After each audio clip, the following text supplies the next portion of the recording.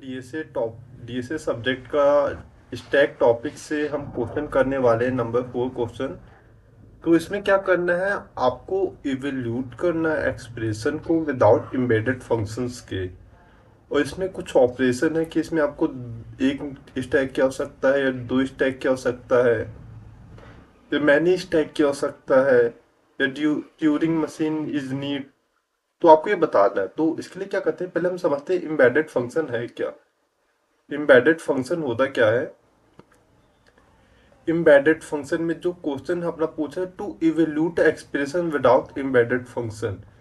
तो without embedded function का मतलब क्या हो रहा है, आपको इवेल्यूट करना है एक्सप्रेशन को और कैलकुलेट करना है रिजल्ट को मेजर कौन कैसे।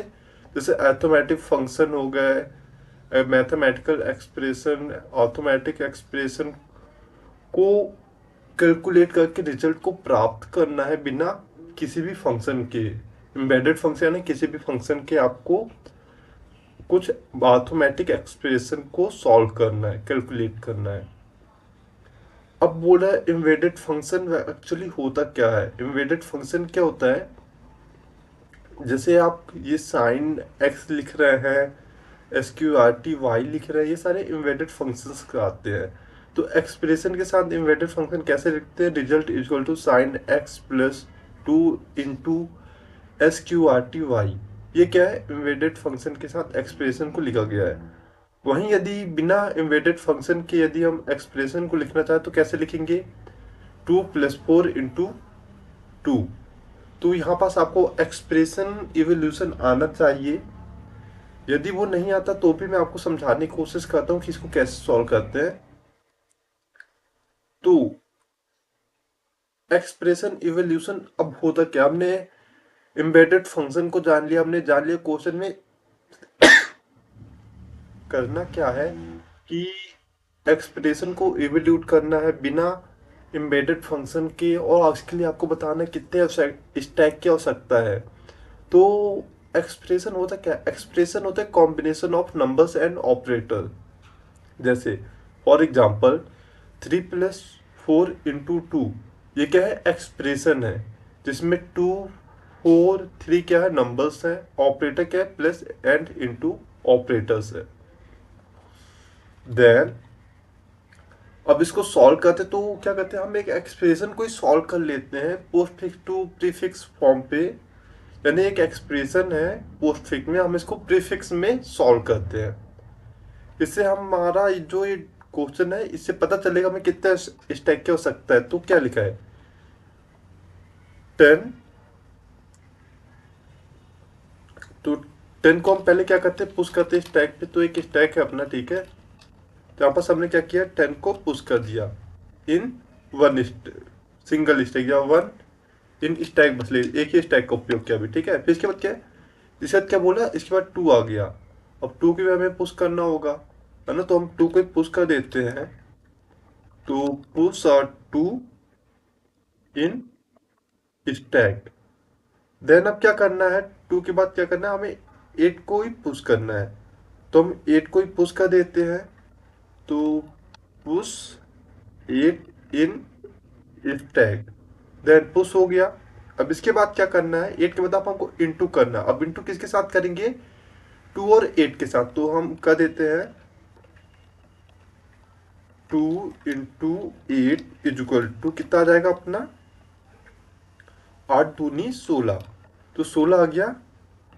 16 प्लस अब 10 करेंगे अपन, तो इक्वल टू हो जाएगा 26 इन स्टैक।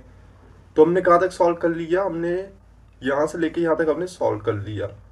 हमने क्या क्या किया, हमने 10 को पुश किया, फिर बोला 2 तो 2 को ही पुश किया, फिर 8 तो 8 को पुश किया, फिर हम ये दोनों बीच में इंटू को ऑपरेशन परफॉर्म किए। 2 और 8 के बीच में 60 आ गया। फिर प्लस को परफॉर्म करा तो 60 और 10 के बीच में प्लस का ऑपरेशन परफॉर्म किए तो 26 आ गया।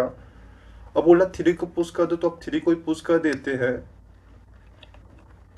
पुश 3 इन स्टैक। देन अब 3 को बोल रहा है माइनस करने को, तो अब 3 को किसके साथ माइनस करेंगे, 26 के साथ, तो 26 के साथ 3 को माइनस कर देते हैं, तो 26 माइनस 3 इज इक्वल टू कितना आ गया, 23 इन स्टैक। देन जो हमारा 23 आया है, जो हमारा सो जो हमारा आंसर है 23 is answer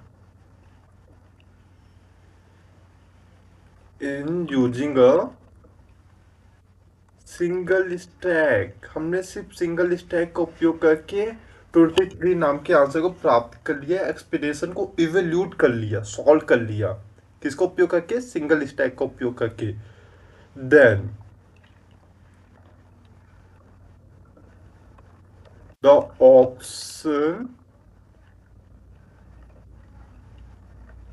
A is correct. तो हमारा जो यहाँ पास था, यहाँ पास सॉरी, उसको आंसर बी इज करेक्ट होगा, क्योंकि बी में सिंगल स्टैक की बात की जा रही है।